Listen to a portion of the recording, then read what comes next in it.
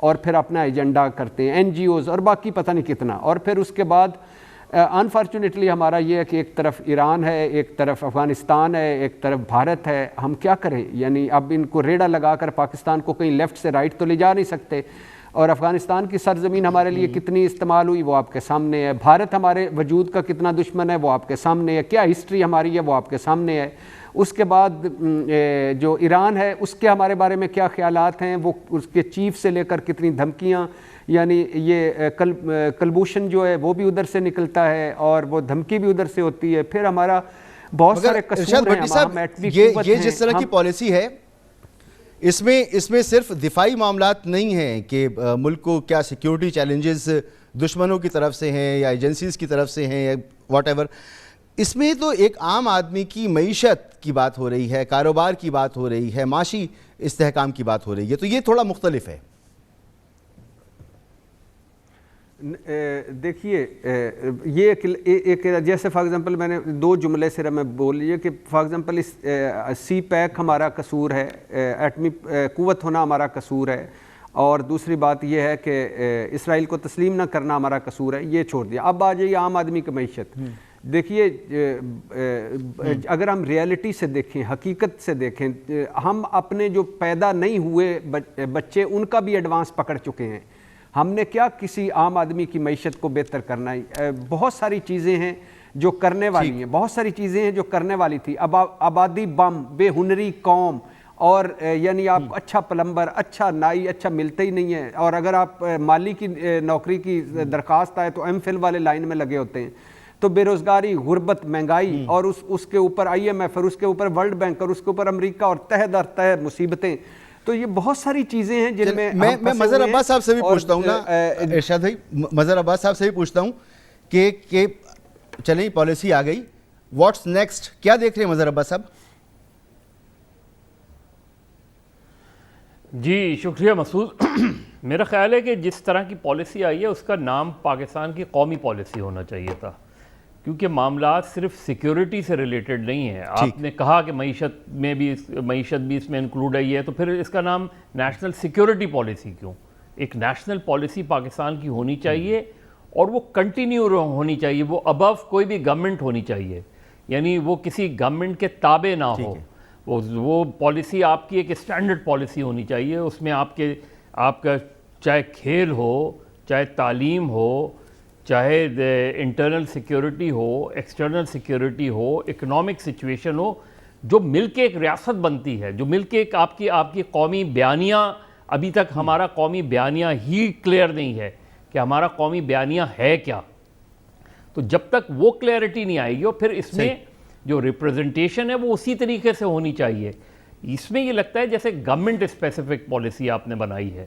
تو government specific policy نہیں, جب آپ نیشنل سیکیورٹی کا نام لیتے ہیں یا نیشنل پالیسی, جس طرح میں کہہ رہا ہوں کہ اس کا نام جو ہے وہ نیشنل پالیسی ہونا چاہیے, جس میں یہ ساری پالیسیز اس کا حصہ ہوں. سیکیورٹی پالیسی بھی اس کا حصہ ہو, اکنامک پالیسی بھی, ایجوکیشن پالیسی بھی, ایون کھیل, اسپورٹس بہت امپورٹنٹ ہوتا ہے آپ کی گروتھ کے لیے. تو یہ ساری چیزیں کمبائن کر کے پالیسی بہت لانگ اوور ڈیو تھی, بہت اچھا ہوا. لیکن میرا خیال ہے اس کا اسکوپ بھی بڑھنا چاہیے اور شاید اس کا نام بھی مختلف ہونا چاہیے. اور یہ مظہر, یہ جو احسان اقبال صاحب کہہ رہے ہیں کہ 2 مرتبہ تو ہم پہلے پالیسی دے چکے ہیں, پہلی مرتبہ کی جو رٹ ہے یہ نہیں لگانی چاہیے, تو اس کے بارے میں آپ کیا ہمیں بتا سکتے ہیں, وہ کیا پالیسی رہی, کیا ہے وہ؟ دیکھیں یہی ہماری پرابلم ہے. جی سوری, نہیں آپ نے مجھ سے سوری مظہر صاحب بات کر لیں, پھر میں 2 جملے صرف بولنا چاہتا ہوں. دیکھیے مسعود, پرابلم یہی ہماری پرابلم ہے کہ ہم پوائنٹ سکورنگ کا مسئلہ ہے. اب احسان اقبال صاحب نے اگر کہا تو یہ امپورٹنٹ تھوڑی ہے, امپورٹنٹ یہ کہ اس پالیسی میں ہے کیا, دیٹ از امپورٹنٹ. اس میں چاہے وہ کوئی بھی گورنمنٹ, اس میں گورنمنٹ آف دا ڈے بھی اس کا حصہ ہونی چاہیے, اپوزیشن آف دا ڈے بھی اس کا حصہ ہونی چاہیے.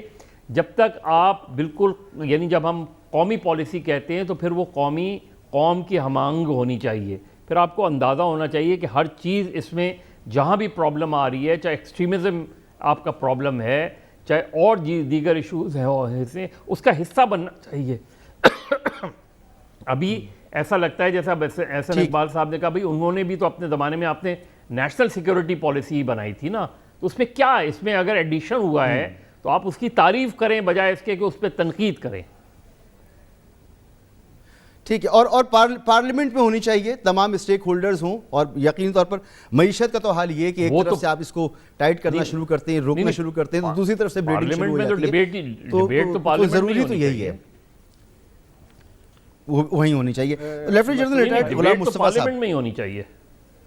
جی بھٹی صاحب آپ کچھ ایڈ کرنا چاہ رہے ایک دو جملے, جی ایک دو جملے صرف میں پلیز احسن اقبال صاحب کو, شہباز شریف صاحب کو, مسلم لیگ کو, پیپلز پارٹی کو, ان کو کہیں کہ چاروں طرف پاکستان کی سرحدوں پر نا ٹھپا لگا دیں کہ اس ملک میں جو کچھ بھی اچھا کام ہوا ہے انہوں نے کیا ہے, بلکہ مسلم لیگ نے پاکستان اور قائد اعظم نے نہیں بنایا تھا, انہوں نے بنایا تھا, نواز شریف صاحب نے اور مسلم لیگ نے. اور پاکستان کا خواب بھی علامہ اقبال نے نہیں دیکھا تھا, وہ شہباز شریف نواز شریف صاحب کی دونوں کی ذہن میں آیا تھا, اور انہوں نے پھر یہ اپریشیٹ کیا. ہم باقی سب کی کوئی کارکردگی نہیں ہے, کوئی کسی کا کوئی عمل نہیں ہے, یہ سارا انہوں نے بنایا. ایک مرتبہ ان کو بتا دیں ہر پروجیکٹ آپ کا ہے, ہم صرف اوپر خدام ہیں, چمپو چمار ہیں, ہم آپ کے پروجیکٹس کو آگے بڑھا رہے ہیں, اور تاکہ ان کو تسلی ہو جائے کہ یہ چاروں صوبے انہوں نے بنائے تھے, بنگلہ دیش بھی اکٹھا ہوا تھا, وہ بھی سب کچھ انہوں نے بنایا ہے. پلیز پیپلز پارٹی نے بھی یہی کیا, نون لیگ نے بھی یہی کیا, تحریک انصاف نے بھی یہ یہی کیا.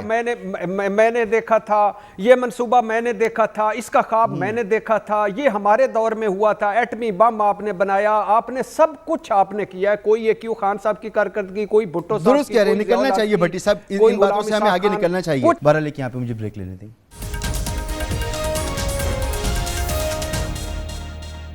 پروگرام میں آپ کو ایک بار پھر خوش آمدید. جنرل صاحب, آپ اس سے اتفاق کرتے ہیں کہ اس کا اسکوپ مزید ہونا چاہیے, اور اس میں تمام اسٹیک ہولڈرز, اپوزیشن, حکومت, سیاسی جماعتیں, سول سوسائٹی, ایک قومی پالیسی ہونی چاہیے.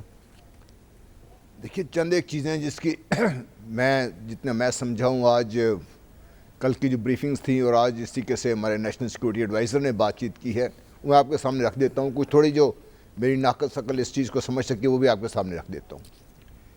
ایک تو بڑا ظاہر ہے کہ قومی سلامتی محض مسلح افواج کی جو اہلیت یا قوت ہے اس کا نام نہیں ہے. یہ بحیثیت مجموعی پوری قوم کی طاقت ہے جو بروئے کار لائی جاتی ہے, تب قوم سیکیور ہوتی ہے.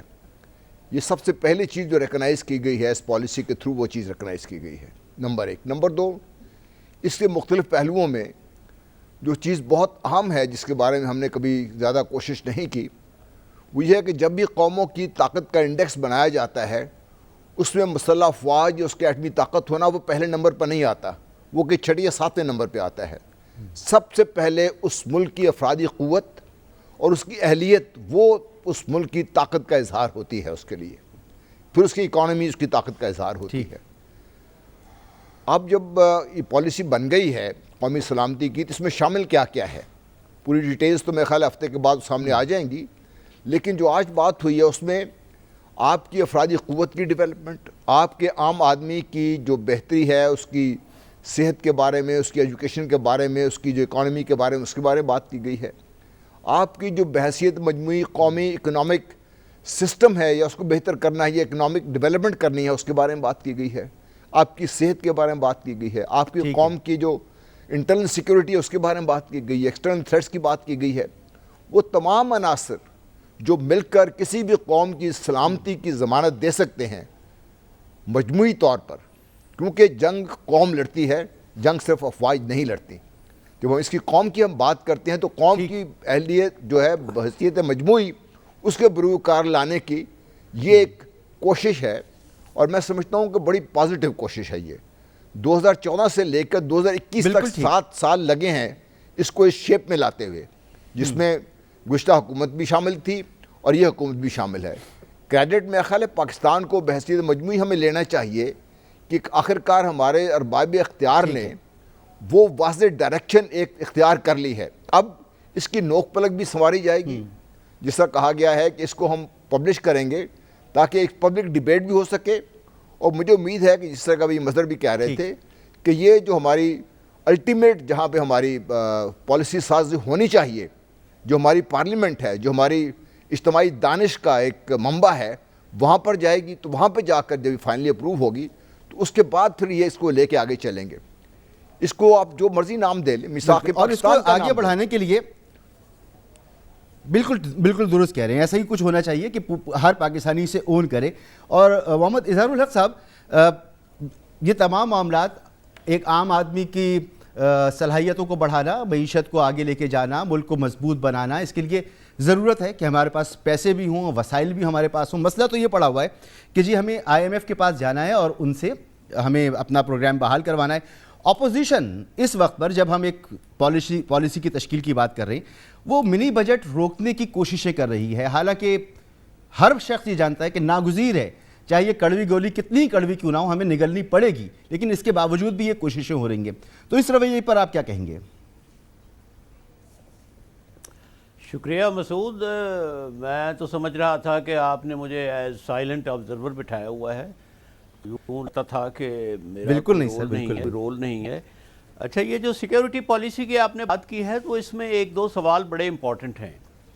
پہلا سوال تو یہ ہے کہ چلیں مان لیا کہ یہ اس نے پہلی دفعہ کی ہے, حسن اقبال صاحب کی بات کو ہم اگنور کر دیتے ہیں, پس پش ڈال دیتے ہیں. 3 سال کے بعد یہ پالیسی بنی ہے. اب جو لاجیکلی منطقی ہے وہ کہ کیا پہلے 3 سال اس حکومت نے بغیر سیکیورٹی پالیسی, یا چلیں اس کا جس طرح ہمارے دوست کہہ رہے ہیں قومی پالیسی نام رکھ لیں, تو بغیر قومی پالیسی کے, بغیر سیکیورٹی پالیسی کے 3 سال چلتے رہے. اگر پہلے 3 سال سیکیورٹی پالیسی کے بغیر چل سکتے ہیں تو پھر اب جو باقی 2 سال ہیں وہ کیوں نہیں چل سکتے؟ کیا کوئی نقصان ہوا ہے ہمیں سیکیورٹی کے بغیر, اس پالیسی کے بغیر؟ پہلے 3 سال ہمیں اگر کوئی نقصان ہوا ہے اس پالیسی کے بغیر تو وہ کون کون سے نقصانات ہوئے ہیں؟ کیا یہ پالیسی اگر اتنی ضروری ہے, انڈسپینسبل ہے, تو کیا یہ اس حکومت کو شروع میں آ کے نہیں بتانی چاہیے تھی؟ اور پھر 3 سال کا یہ جو عرصہ گزرا ہے پلس 2 سال, یہ سارا عرصہ جو ہے وہ اس پالیسی کے یہی بات میں نے کہی تھی نا اظہار صاحب, میں نے یہی بات کہی تھی کہ یہ تو 100 دن میں آ جانی چاہیے تھی, لیکن جیسا مظہر عباس صاحب بھی کہہ رہے ہیں اور جنرل صاحب بھی کہہ رہے ہیں, ایک ڈائریکشن تو سیٹ کر دی نا. جی نہیں, یہ ڈائریکشن پہلے کہاں تھی؟ اچھا, دوسری بات یہ ہے کہ اس پالیسی کا مصنف کون ہے؟ یہ پالیسی جو ہے کیا یہ پارلیمنٹ میں بن گئی ہے اب پالیسی؟ اس کا مصنف کون ہے؟ کیا وزیر اعظم اس کے مصنف ہیں؟ کیا کوئی وزیر اس کی مصنف ہیں؟ کیا کوئی کابینہ اس کی مصنف ہے؟ کیا یہ پالیسی اس پارلیمنٹ میں نہیں بننی چاہیے تھی؟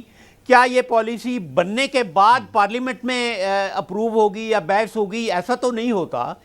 اتنی پالیسیاں بنیادی جو ہیں وہ پارلیمنٹ میں اس کے خد و خال, اس کے خطوط پہلے بنائے جاتے ہیں, واضح کیے جاتے ہیں, اس کے بعد ڈسکشن کی روشنی میں پالیسی بنائی جاتی ہے. یہ کیسی پالیسی ہے جو یا زمین سے اگی ہے یا آسمان سے نازل ہوئی ہے اور اس پر قوم کو یہ بتایا جا رہا ہے؟ دوسرا یہ سوال ہے. تیسرا, آپ مجھے یہ بتائیں کہ یہ اگر کہہ رہے ہیں کہ اس سیکیورٹی پالیسی میں ماحولیات شامل ہے, خوراک شامل ہے, صحت شامل ہے, صنفی حفاظت شامل ہے, پانی شامل ہے, تو اس پالیسی کے بعد کیا تبدیلی آئے گی؟ ہمارے پاس خوراک کی جو حالت ہے, خوراک وہ تو امپلیمنٹیشن کے بعد دیکھنا ہوگا نا اظہار صاحب. مگر ان تمام باتوں کا سوال جو آپ اٹھا رہے ہیں کہ یہ سوال کا جواب پاک فوج کے ترجمان کی جو ٹویٹ ہے, آپ مجھے مسعود آپ مجھے بولنے دیجئے نا, آپ مجھے بولنے تو دیجئے.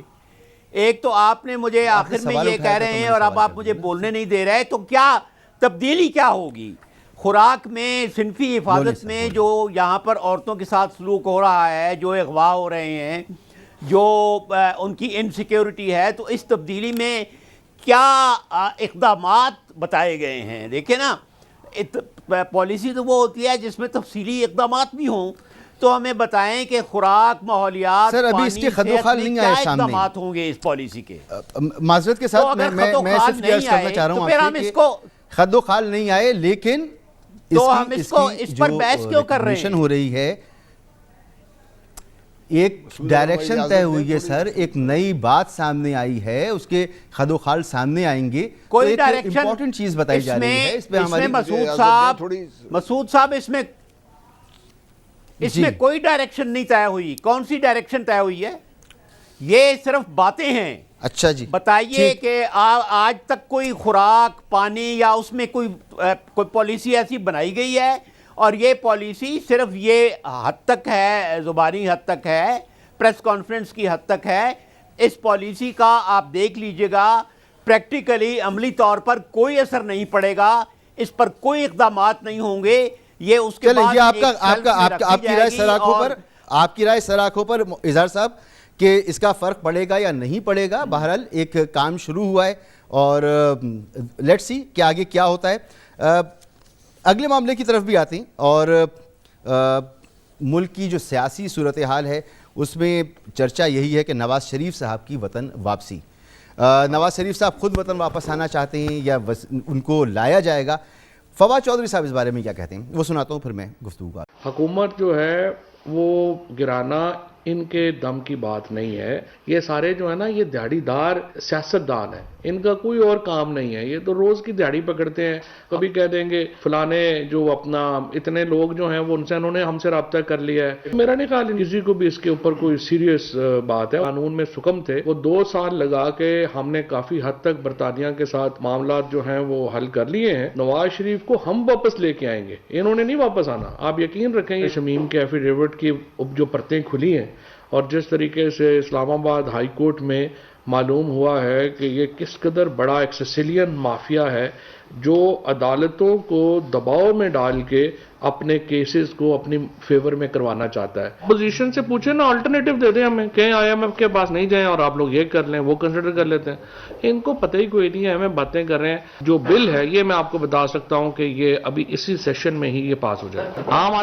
جی جناب ارشاد بھٹی صاحب، سر فواد چودھری صاحب کہہ رہے ہیں ہم لے کر آئیں گے. مجھے یاد ہے جب یہ حکومت معرض وجود میں آئی تو میں نے انٹرویو کیا وزیر قانون کا اور انہوں نے کہا کہ چند مہینوں کی بات ہے، ہم قانونی کارروائیاں کریں گے اور اپنا سب کچھ کریں گے اور آپ دیکھیں گے کہ کیسے پیسہ بھی واپس آتا ہے، لوگ بھی واپس آتے ہیں. 4 سال تو گزر گئے. آج پھر فواد چودھری صاحب جب یہ بات کہہ رہے ہیں تو کچھ سبسٹنس ہے آپ کو کہیں نظر آ رہا ہے؟ دیکھیے پہلی بات تو 2 باتیں اس میں، ایک رانا شمیم صاحب کی بات انہوں نے کی حلف نامے کی، ایک نواز شریف صاحب کی بات کی اور ایک اور انہوں نے ضمنی بات کی کہ یہ دہاڑی دار سیاستدان ہے. ظاہر اقتدار کے لیے پاور گیم ہے اور نواز شریف صاحب جو تشویشناک حد تک بیمار تھے، جن کو 17 بیماریاں تھیں، جن کو 7 سٹنٹ پڑے ہوئے تھے، جو 17 سال سے جنہوں نے یہاں کوئی علاج نہیں کروایا تھا، ان کو ہماری عدالت اور ہماری حکومت نے کمال مہربانی پر دوسری مرتبہ طبی ریلیف دے کر، حالانکہ وہ اکیوز تھے، مجرم تھے، اور ان کو لندن بھجوایا. جو کسی بھی پاکستان کے چنا منا مجرم ہو یا ملزم ہو یا بڑا مجرم ہو، اس کو وہ اتنا خوش نصیب نہیں ہے کہ اس کو ملے. پاکستان کی جیلوں میں تو وہ کھانسی کا سیرپ اور سر درد کی گولی نہیں ملتی، لیکن ان کو ایمبولینسز اور پتہ نہیں 13 رپورٹیں اور میڈیکل رپورٹیں اور کراچی، لاہور، اسلام آباد کے ڈاکٹر اور ایئر ایمبولینس، اور پھر اس کے بعد وہ چلے گئے. یہی یہاں وہ اکثر آتا ہے کہ حکومت میں بیٹھے ہوئے ہوں یا حکومت سے باہر ہوں، حکومت میں مافیا ہوں یا باہر ہوں. وہ حضور صلی اللہ علیہ وسلم کی حدیث آتی ہے کہ وہ قومیں تباہ ہو جاتی ہیں جن کے جرم ہونے پر طاقتوروں کو چھوڑ دیا جاتا ہے اور کمزوروں کو وہ پکڑ لیا جاتا ہے. تو ہمارے ہاں یہ ہوتا ہے، ہمیں چھتر پڑتے ہیں، ان کو ریلیف، چور دروازے، ڈیلیں ڈھیلیں. بھی یہ ایک بات ہوگی. دوسری بات ہے کہ اس حکومت نے ہمیں کہا تھا اسحاق ڈار کو ہم واپس لا رہے ہیں، معاہدہ بھی ہونے لگا ہے. اس حکومت نے کہا تھا حسن حسین بھی واپس آئیں گے، اس حکومت نے کہا تھا سلمان شہباز بھی واپس آئیں گے، اس حکومت نے کہا تھا نواز شریف بھی واپس آئیں گے، اس حکومت نے کہا تھا ناصر بٹ اور علی عمران بھی واپس آئیں گے، لیکن کوئی واپس نہیں آیا. اور لندن سے ہمارا تو کوئی معاہدہ ہی نہیں تھا، انڈیا کا معاہدہ ہے اور وہ 28 سالوں میں پتہ نہیں کوئی اپنے 500 میں کے سے زیادہ ملزموں اور مجرموں میں سے ایک کو صرف وہ واپس بلوا سکی ہے. وہاں سے اتنا آسانی نہیں. تیسری بات اور آخری بات کہ ان کو یہ لا سکیں گے؟ بالکل نہیں لا سکیں گے. نواز شریف صاحب کو قانونی مسائل ہیں لیکن ان کے پاس بہت سارے آپشنز ہیں، تو اس لیے وہ اتنا لمبا تو کر ہی جائیں گے کہ یہ حکومت کا اگلے الیکشن اور اس کے بعد پھر بھی. اب بات یہ ہے کہ آخری بات انہوں نے رانا شمیم کی رانا شمیم کا عدالت میں معاملہ ہے اور مجھے امید ہے کہ اب فرد جرم عائد ہونے والی ہے، اس میں دودھ کا دودھ پانی کا پانی ہو جائے گا. اور جج جترم صاحب نے بڑا اس پہ ڈیرنگ فیصلہ کیا ہو، لیکن بہت ڈیرنگ اور بڑا سیریس ریمارکس آج انہوں نے دی اس پر. بہت سارے سوال ہیں. ایک سوال یہ بھی ہے کہ جو متاثرہ فریق ہے یعنی مسلم لیگ نون وہ عدالت میں نہیں آئی. دوسرا سوال یہ ہے کہ وہ جو ضمیر شریف جاگا ہے وہ 3.25 سال بعد جاگا ہے. تیسرا سوال یہ ہے کہ لاکر لندن میں. چوتھا سوال یہ ہے کہ یہ مسلم لیگ لائرز ونگ سندھ کے نائب صدر رہے یا نواز شریف صاحب کے وکیل رہے. حسین نواز سے 2 ملاقاتیں, نواز شریف صاحب سے 1 ملاقات, اور اس کے بعد ایک آپشن تھا کہ یہ نوٹری پبلک پر ان کو مسلم لیگ نون کے لوگ لائے تھے. دوسرا یہ ہے کہ انہوں نے حسین نواز کے آفس میں مبینہ طور پر یہ حلف نامہ بنایا, تو یہ بھی. اور پھر مسلم لیگ نون اب تو ارشاد بھٹی صاحب پوری اسکروٹنی ہوگی نا اس کی. تو اب تو دودھ کا دودھ پانی کا پانی انشاءاللہ ہوگا. پروگرام میں مظہر بھائی اور نے ایک بڑی بات کی تھی کہ 2 آپشن ظاہر فیصلہ ہوگا اس کا عدالت میں, یا تو ثاقب نثار صاحب اور ان کے فیصلوں پر اثر انداز ہوں گے یا پھر یہ جیل جائیں گے. دونوں آپشنز, اللہ کرے کوئی اس میں نکلے. ہمارے ہاں تو جج ارشد ملک کی پریس کانفرنس کر کے غائب ہو گئے, اس کے بعد ثاقب نثار کی آڈیو دکھا کر غائب ہو گئے. اچھا میں یہ بات مظہر عباس صاحب کے سامنے بھی رکھتا ہوں نا.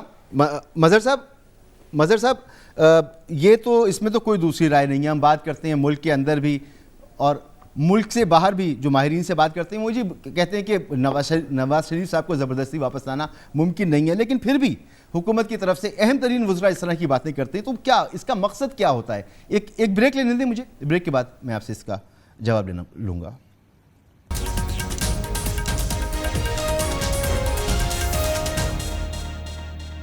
پروگرام میں آپ کو ایک بار پھر خوش آمدید. بریک سے پہلے بات کر رہے تھے کہ فواد چودھری صاحب کہتے ہیں ہم نواز شریف صاحب کو وطن واپس لائیں گے, بہت اس میں کام ہو چکا ہے. مظہر عباس صاحب, کیا فواد چودھری صاحب جیسے وزیر, بہت امپورٹنٹ وزیر, یہ بات جب کر رہے ہیں تو کوئی سبسٹنس موجود ہے, کچھ ڈیولپمنٹ ہوئی ہے؟ میرے علم میں تو نہیں ہے, آپ زیادہ باخبر ہیں. کیا ایسا نیا ہوا ہے کہ فواد چودھری صاحب یہ بات کہہ رہے ہیں؟ دیکھیے, یہ جب سے اس طرح کی چیزیں آ رہی ہیں مسلم لیگ نون کی طرف سے, یہ باتیں آ رہی ہیں کہ وہ واپس آ رہے ہیں, ابھی آ رہے ہیں, کل آ رہے ہیں, پرسوں آ رہے ہیں, جو بھی ہے, مہینے بعد آ رہے ہیں, 2 مہینے بعد آ رہے ہیں, اس کا جواب حکومت دے رہی ہے. حکومت بھی غیر ضروری طور پہ دے رہی ہے. میرا خیال ہے فواد چودھری صاحب کیونکہ بات کرنے میں اپنا ایک فن جانتے ہیں, لیکن مجھے نہیں لگتا کہ اس کے اندر بہت سبسٹنس ہے, کیونکہ وہی جس طرح بھی بھٹی صاحب بھی بات کر رہے تھے, ایک بڑا پروسیس ہے, آپشنز بہت ہوتے ہیں ان کے پاس. وہ بیسکلی کاؤنٹر, میرے لحاظ سے کاؤنٹر کس چیز کو کرنا چاہ رہے ہیں؟ کاؤنٹر اس چیز کو کرنا چاہ رہے ہیں کہ مسلم لیگ نون ایک بیانیہ کھڑا کر رہی ہے کہ نواز شریف واپس آ رہے ہیں. اب ان کیس اگر ان کے کوئی گیم پلان میں ہے یہ چیز مسلم لیگ نون کے, جو کہ میں نہیں سمجھتا کہ ایز لانگ ایز یہ گورنمنٹ یہاں اس وقت موجود ہے نواز شریف صاحب واپس آئیں گے. لیکن اگر مسلم لیگ نون کے کوئی گیم پلان میں یہ چیز ہے تو وہ یہ تاثر گورنمنٹ دینا چاہ رہی ہے کہ جی اگر وہ آئیں گے تو وہ آئیں گے نہیں بلکہ وہ وہاں سے بھیجے جائیں گے. تو ان دونوں چیزوں میں مجھے کوئی کم سے کم میرے نزدیک کوئی بہت سبسٹنس نظر نہیں آتا, کیونکہ مجھے نہیں لگتا کہ لیگل پروسیس اتنی جلدی کمپلیٹ ہو جائے گا کہ وہ فوراً لے آئیں گے اس کو. مجھے اس میں ایک پولیٹیکل اسٹیٹمنٹ سے زیادہ میں اس کو اہمیت نہیں دیتا. اور وہ یہ ساری باتیں کرنا کہ جی ہم برطانیہ کے ساتھ بات چیت کر رہے ہیں, کوئی معاہدے کی تو کوئی کہیں ذکر ہے نہیں, مطلب وہ ایسا تاثر دینے کی کوشش کر رہے ہیں. سر وہ چیز وہ شہزاد اکبر صاحب پتہ نہیں کب سے کہہ رہے ہیں, 6 مہینے سے, تو میں سن رہا ہوں 6 مہینے سے. بھٹی صاحب بھی بتا سکتے ہیں کہ وہ کب سے یہ باتیں کر رہے ہیں کہ ہم لانے کا پروسیس. چیز یہ ہے کہ پہلے جانے کے پروسیس, جب جانے کا پروسیس تھا اس کے حوالے سے جو حکومتی ذمہ داری تھی, جو حکومت نے سارا کہا تھا, ان لوگوں کے خلاف تو آپ نے کارروائی کی نہیں. کسی ایک گورنمنٹ آفیشل کے خلاف, کسی ایک ڈاکٹر کے خلاف, نام تو یاسمین راشد صاحب کا بھی آ رہا تھا, ڈاکٹر فیصل صاحب کا بھی آ رہا تھا. تو اب آپ جس کو فرار کہہ رہے ہیں وہ فرار کرانے میں تو آپ سہولت کار ہیں, تو یہ تو آپ نہیں کہ ڈینائی کر سکتے کہ آپ سہولت کار نہیں ہیں. تو چیز یہ ہے کہ ان کو لانے کا پروسیس آپ کر لیں, جانے کے پروسیس کے سلسلے میں بھی بات کر لیں, کچھ چیزیں سامنے آ جائیں گی تو نہیں آئے گا. لیکن مجھے نہیں لگتا, میرا خیال ہے یہ ایک پولیٹیکل پوائنٹ سکورنگ ہے, اور مجھے نہیں لگتا میاں صاحب جو ہے وہ عمران خان کی موجودگی میں, بحیثیت وزیر اعظم عمران خان کی موجودگی میں میاں صاحب واپس آئیں گے. ہو سکتا ہے میں غلط ہوں. اچھا, میں جنرل صاحب کی طرف آؤں, لیکن ساتھ ساتھ مجھے یہ بھی بتا دیں آپ مظہر عباس صاحب کہ یہ رانا شمیم صاحب کا جو بیان حلفی ہے, اس کا کیا آپ مستقبل دیکھ رہے ہیں؟ کتنا اس میں وقت ہو چکا ہے, اب یہ آیا ہے, پھر فرد جرم عائد ہوگی, آپ کے نزدیک اس کا ڈراپ سین کیا ہے؟ رانا شمیم صاحب کا ایفیڈیوٹ کا جو مستقبل ہے وہی رانا شمیم صاحب کا مستقبل ہے. مطلب اگر ایفیڈیوٹ وہ پروو نہیں کر سکے تو ظاہر ہے رانا شمیم صاحب کے خلاف قانونی کارروائی ہوگی اور وہ جیل جا سکتے ہیں, سزا ہو سکتی ہے انہیں. اگر وہ پروو کر دیتے ہیں, اگر ان کے پاس کچھ ایسے شواہد ہیں جس کو وہ ثابت کرنے میں کامیاب ہو جاتے ہیں, تو پھر جو ہے وہ بہت پھر صورتحال بڑی نازک ہو جائے گی, سنگین ہو جائے گی, کیونکہ اس وقت کے چیف جسٹس کے حوالے سے اگر کوئی ایسی چیز سامنے آتی ہے تو پھر بہت سیریس بات ہوگی, کیونکہ اس سے پہلے اس طرح کی چیز نہیں آئی سامنے. تو چیف جسٹس اس وقت کے جو ثاقب نثار صاحب ہیں ان کو پھر ظاہر ہے ان کو بھی یہ چیزیں فیس کرنی پڑیں گی. لیکن ابھی سارا برڈن جو ہے, برڈن آف ٹروتھ جو ہے وہ رانا شمیم کے اوپر ہے. وہ ثابت کریں کہ ان کے ایفیڈیوٹ میں جو باتیں کر رہے ہیں اس کو ثابت کرنا ان کی ذمہ داری ہے. وہ ٹھیک ہے. تو جنرل صاحب کیا رانا شمیم صاحب کے لیے, کیونکہ جن سرکمسٹانسز میں یہ بیان حلفی دیا گیا, نوٹرائز کرایا گیا, جو خبریں سامنے آ رہی ہیں, پھر اس کے اوپر کاؤنٹر خبریں آ رہی ہیں, آپ کو لگتا ہے کہ یہ ممکن ہو سکے گا رانا شمیم صاحب اکیلے بیٹھ کر ایک جگہ پر ایک اسٹیٹمنٹ دے رہے ہیں, اس کو نوٹرائز کرا رہے ہیں, ثبوت ابھی تک موجود نہیں ہے, تو مشکل ہے رانا شمیم صاحب کے لیے, آپ کو کیا لگتا ہے اس پر؟ دیکھیے اس جواب سے قبل میں ایک چیز اور ایڈ کرنا چاہوں جو پچھلی ہماری بحث چل رہی تھی. جی دیکھیے اس قومی سلامتی پالیسی کے اعلان کے ساتھ ہی ایک بڑی سٹل چینج ہے جو ہمیں محسوس کرنی چاہیے. وہ یہ ہے کہ جو آپ کے سول سٹرکچر ہے حکومت کا, اس نے اونرشپ لی ہے آپ کی قومی سلامتی کی, جس سے پہلے عام طور پر آپ افواج پاکستان کے سر ڈالی جا رہی تھی. یہ اونرشپ انہوں نے لی ہے اس میں. یہ ایک اہم چیز ہے جو ہمیں اس پر بھی غور کرنا چاہیے. نمبر ایک, دیکھیے جہاں تک رانا شمیم صاحب کا تعلق ہے, جو میں ان معاملات کو دیکھ کے سمجھ سکا ہوں, وہ یہ ہے کہ اس میں رانا صاحب نے جس طریقے سے بھی کہہ رہی ہے جس انداز سے یہ سب کچھ سامنے آیا ہے, وہ بذات خود بہت ڈاؤٹ کریٹ کر دیتا ہے سارے مسئلے کے اوپر. 3 سال کے بعد پھر لنڈن میں بیٹھ کے, اور اس وقت بیٹھ کے جب ان کے بھائی کا یہاں انتقال ہو گیا ہوا تھا, تو امریکہ سے وہ لنڈن گئے بجائے سیدھے پاکستان آنے کے, اور یہاں پر پہلی پیش میں صرف اس لیے نہیں آئے کہ بھائی کے ان کے جو وفات ہو گئی تھی. بہرحال یہ چند ایک ایسی چیزیں ہیں. پھر اس کے بعد جو چیزیں سامنے آ رہی ہیں کہ ان کو جب ایک ایڈ ہاک جج ہائی کورٹ کا تعینات کیا گیا, اس وقت جو کچھ جال سازی ہوئی ہے مبینہ طور پر, وہ بھی میرا خیال ہے تفتیش طلب ہے. کیا اتنی اہم عہدے پر ہم ایک جج کو فائز کر رہے ہیں ہائی کورٹ کے اوپر, اور اس کے ہم نے جو بیک گراؤنڈ ہے اس میں یہ پتہ چلتا ہے کہ بھئی انہوں نے اپنی تاریخ پیدائشی تبدیل کر دی صرف اس مقصد کے اصول کے لیے. اگر یہ ساری چیزیں صحیح ہیں تو یہ جو اتنی بڑی ایفیڈیوٹ لے کر آئے ہیں, نہ صرف ایفیڈیوٹ کے اوپر بلکہ میں تو یہ سمجھتا ہوں کہ جو لاز آف ایویڈنس ہے, جس طریقے سے بحث ہوتی ہے عدالتوں میں, سب سے پہلے تو جو گواہ ہے اس کی کریڈیبلٹی کو جج کیا جاتا ہے.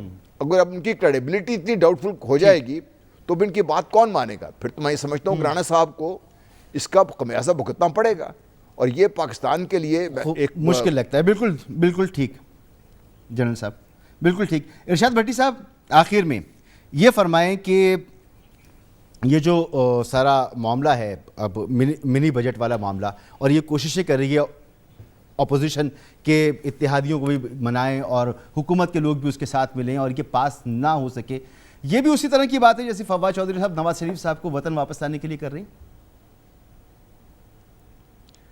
دیکھیے منی بجٹ کیوں آ رہا ہے, ورنہ تو روزانہ ہی منی بجٹ آتے ہیں. جیسے میں نے پہلے بھی ایک مرتبہ کہا کہ لوگ راہوں پہ دکھاتے ہیں بجلی کا بل کہ 500 پونے 500 بل ہے اور پونے 1600 یا پونے 1500 اس میں فیول ایڈجسٹمنٹ چارجز ہیں.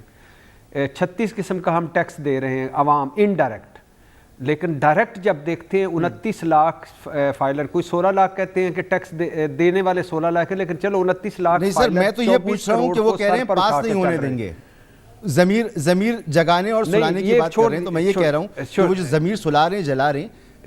جی اس پہ آتا ہوں. تو 29 لاکھ ہمارے ٹیکس فائلر ہیں جو 24 کروڑ کو اٹھا کے پھر رہے ہیں.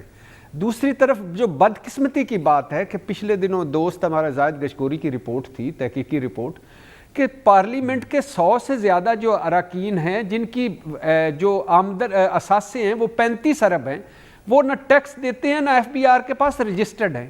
تو جب بڑے ٹیکس نہیں دیں گے چھوٹوں کو نچوڑا جائے گا اور ہر روز منی بجٹ آئے گا. اور یہ منی بجٹ کیوں آ رہا ہے؟ آئی ایم ایف نے کہا ہے کہ آپ منی بجٹ لائیں اور منظور کروا کے لائیں تب اگلی قسط ملے گی. آئی ایم ایف نے کہا ہے کرونا کے آڈٹ کروائیں.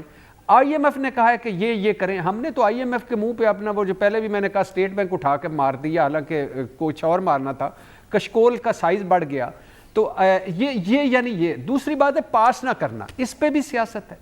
یعنی ان کو خوف خدا کوئی نہیں ہے. قومی اسمبلی میں کبھی آپ کو یقین کریں کہ 7 دن مسلسل کورم پورا نہیں ہوا. یہ حکومت کا حال ہے. عمران خان صاحب نے ہر بدھ کو آنا تھا, خیر سے وہ پتہ نہیں بدھ کب آئے گی. کورم پورا نہیں ہوتا. 50-54 سے زیادہ 84 کے قریب لوگ ہوں تو کورم پورا ہوتا ہے. 55 کے قریب وزیر مشیر ہیں, چلو اس میں سے 50 کر لیں 40 کر لیں, کورم پورا نہیں ہوتا. اسمبلی میں جو ہم ایک پورا کرتے ہیں نا, کچھ لوگ مان لیتے ہیں کہ پارلیمنٹ سپریم ہے. بھائی سپریم پارلیمنٹ میں کورم پورا نہیں ہوتا. کسی بحث پہ گھنٹیاں بجائی جاتی ہیں, پھر وہ لوگوں کو بلایا جاتا ہے, منتیں سماجتیں کی جاتی ہیں کہ آئیں آ کے بیٹھیں حضور اس پہ کریں. اب یہ اس پہ بھی سیاست کرنی ہے. ملک کی معیشت کہاں پہنچ گئی ہے, ملک کی داخلہ پالیسی, ملک کی خارجہ پالیسی, ان کے ایک ہاتھ ایک کے گریبان میں, ایک ہاتھ ایک گریبان میں. کچھ چند معاملے تو ہونے چاہیے نا جہاں سارے اکٹھے ہوں. عمران خان صاحب بھی نہیں بیٹھتے, وہ کہتے ہیں سارے کرپٹ ہیں, سارے چور ہیں, سارے ڈاکو ہیں. یہ نہیں بیٹھتے کہ یہ بالکل ہمارا ہے ہی نہیں. اور بھٹی صاحب خدا کرے کہ وہ دن آئے کہ جب ہم نیشنل ایشوز کو نیشنل ایشوز کی طرح اپوزیشن, حکومت, تمام ادارے, سوسائٹی سب اس طرح سے دیکھ. بہرحال لیکن یہاں پہ مجھے بریک لینے دیں. Welcome back. ابتدا میں بھی میں نے کہا تھا, علامہ اقبال کا شعر پڑھا تھا کہ پلٹ کے جھپٹنا, جھپٹ کے پلٹنا, لہو گرم رکھنے کا ہے یہ بہانہ. تو معاملات کچھ اسی طرح کے ہیں. خدا کرے کہ بہتری کا یہ ہمیشہ مجھے امید ہوتی ہے, اور اسی امید کے ساتھ آج کا پروگرام بھی ختم کرتا ہوں. اجازت چاہتا ہوں آپ سے. محمد اظہار الحق صاحب, آپ کو وقت کم ملا, آپ سے معذرت بھی, بہت شکریہ آپ کا.